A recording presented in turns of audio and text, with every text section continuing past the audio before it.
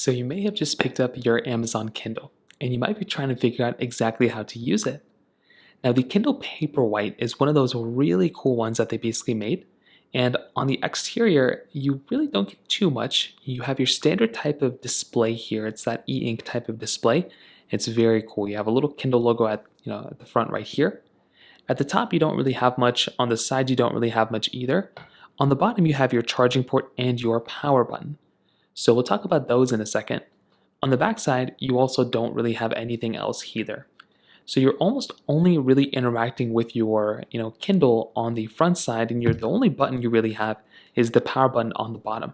So to turn and power on your Kindle, if the e-ink display is on, you just have to basically click into the button one time and you'll see a green light start to appear. And then your Kindle will basically turn on after you've already gone through the setup. From here, you can actually swipe to unlock the Kindle, and then you'll basically come into your main display. So your main display is really cool. So at the top left, you have your battery, you have your time, so the time that's currently is. In the top right, you have your battery percentage, you have your signal status sometimes, and then you have your Amazon Kindle UI. Now you can search for a Kindle book right here. So if you want to search within your Kindle, you can click on the search button right here, and you can start to search for whatever you want to search for. So a little keyboard will pop up and you can type in on this keyboard as you normally would. So I can go and start searching up for Harry Potter, for example, right?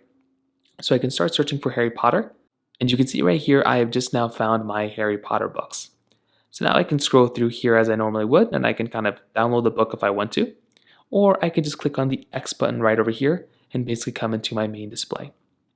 Now from here, I can scroll through and swipe down to kind of get into a couple of different panels. I can see what's popular this month, and I can see some new releases in the Kindle store.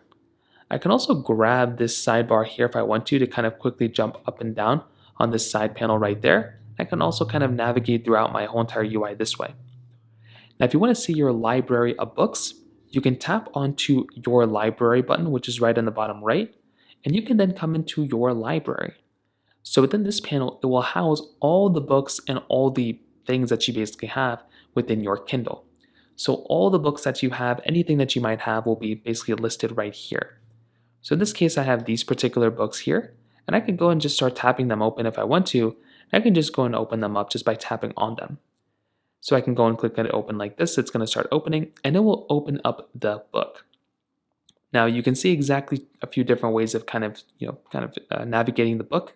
So to turn the page, you can swipe anywhere or tap the sides of the screen. So if I want to click to the next page, I can tap onto the next page here, and I can skip forward. I can also skip backwards this way, or I can also swipe up and down usually, and I can go and kind of do it this way too. And if you do it this way, you'll be able to see the main display. You can see a zoomed out view of your particular display this way as well. So from here, if I want to, I can click on the top right. I can start to see more about this book. I can view my settings. I can click on the share button to share things out, or I can tap back into my library. I can click back home, and I can come back home this way if I want to. Now, another cool thing is basically the settings or the quick settings on your Kindle. On the top, you'll see this arrow right here. If you actually tap onto that arrow, it will actually bring you over into this page. So these are kind of your quick settings within your Amazon Kindle. So if you want to turn on or off airplane mode, you can just tap onto that airplane option, that little icon here, and it will toggle on airplane mode. That way you could probably preserve more battery life and you won't have to have your signal on the whole time. You can turn on or off sync. You can go inside of your Bluetooth settings. You can turn your Bluetooth settings on or off. And you can also enable the dark mode. So if you're on a flight or you're in a dark area, you can just enable dark mode like this, and that will basically bring and open up dark mode on your Kindle.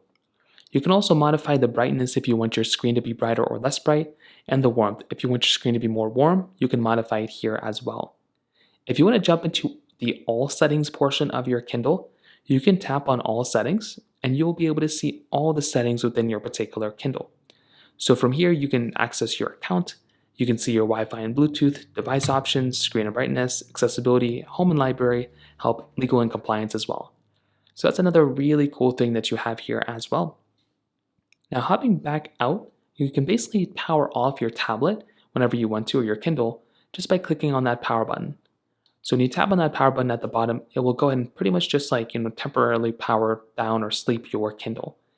Now, if you see these types of displays right here, that basically means that you're essentially having a, sort of the Kindle with ads. I think they do have Kindles that don't have ads, but that is just one of those things here for the most part. Now, another really important part of owning a Kindle is charging up your Kindle. So if you want to charge up your Kindle, it's a very basic process. In order to do this, you will have to have the charger. So depending on which Kindle you have, either it'll take a micro USB or USB-C. For this Kindle right here, the Kindle Paperwhite, the current version, you will have to have USB-C. So at the very bottom of your Kindle, there's a USB-C port. It's to the left of the power button. If you grab that charger, you can actually go through and plug in this charger right inside of your Kindle. So when you plug it in like this, you will see that your Kindle will actually start charging. So now from here, you can go ahead and basically just use your Kindle as you normally would. You can power back on, and then it will go through and actually charge up your Kindle. You can go through and see that in the top right, there's a little charging indicator on that top right corner, and then you can use your Kindle as you normally would again. Then when you're ready, you can unplug it, and now you basically charged and uncharged your Kindle. Now, another question that comes up sometimes too with Kindle owners is, can you download applications on your Kindle? Like, can you go through and basically download Facebook and Instagram and TikTok and all those things? Now, as the short answer of this is basically no. You don't really have the capability of natively downloading and installing like TikTok or Instagram or any of those types of applications inside of your Kindle Paperwhite. Inside of these types of Kindles, you just don't have that type of capability. And that is one of those things to keep in mind here. Now, even if you could find a workaround, like open up the web browser and kind of get it that way, it still wouldn't be that great because it would just be kind of a more limited experience there. I don't even think there's a speaker on this thing, so you wouldn't even really be able to listen to sound. So that's also going to be another one of those problems. So you are not really able to download applications natively on your Kindle. Now, another question some people end up getting is, how do you fix your Amazon Kindle if it's not charging? Let's say you're going through and plugging in the charger on your Kindle, but for some reason your Kindle is just not charging no matter what you do. Now, the first thing I'd recommend doing is to go through just to make sure that your Kindle and your charger are perfectly set up. So making sure you're getting the proper charger for your Kindle. If it's a USB-C port, make sure you're plugging in USB-C. The other thing, making sure that your charger is properly plugged into your device. So go through, make sure your Kindle is properly plugged into your device. That's another big thing I'd recommend kind of doing, because that's also going to be something that's very, very big. So make sure these things are properly plugged in, that there's not any issues there either. So that's another really, really big thing there as well.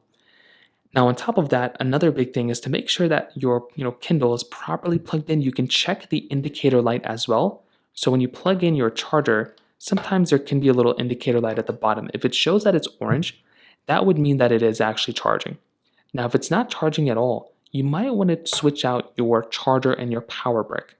So go through, try plugging in a different type of charger or a different type of power brick, and that could also be another one of those things that could probably end up fixing your situation as well. So those are kind of the main things there. Now, a last thing too here is, what do you do when you're going through and basically, trying to turn on your Kindle, but your Kindle is just not turning on no matter what you do? Now, the first thing I'd recommend doing is to just go through and just see if you can basically do a little bit of a hard reset. So on the bottom of your Kindle, there's going to be a little power button. So at the very bottom, there's a little power button right over here.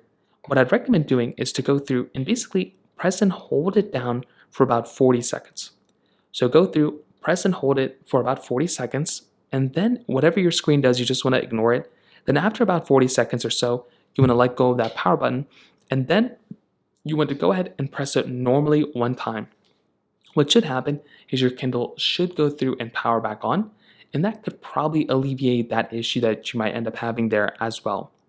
If that's not working, I'd recommend probably going through and seeing if you can plug in your Amazon Kindle via a charger and let it just sit there for a little bit of time. 10 to 15 minutes, let it just sit there, and then you can kind of see what ends up happening from that viewpoint.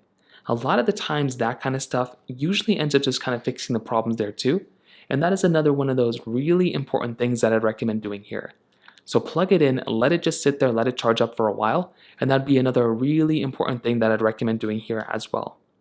If that's still not working, you can also just make sure that your Amazon Kindle isn't super heating up like crazy, that it's, not having any other severe issues or any problems like that, because that can also be one of the problems you might run into. So, all in all, that's basically how you use your Kindle Paperwhite. It's a very good, Kindle. It's very cool, but that's basically how you use it.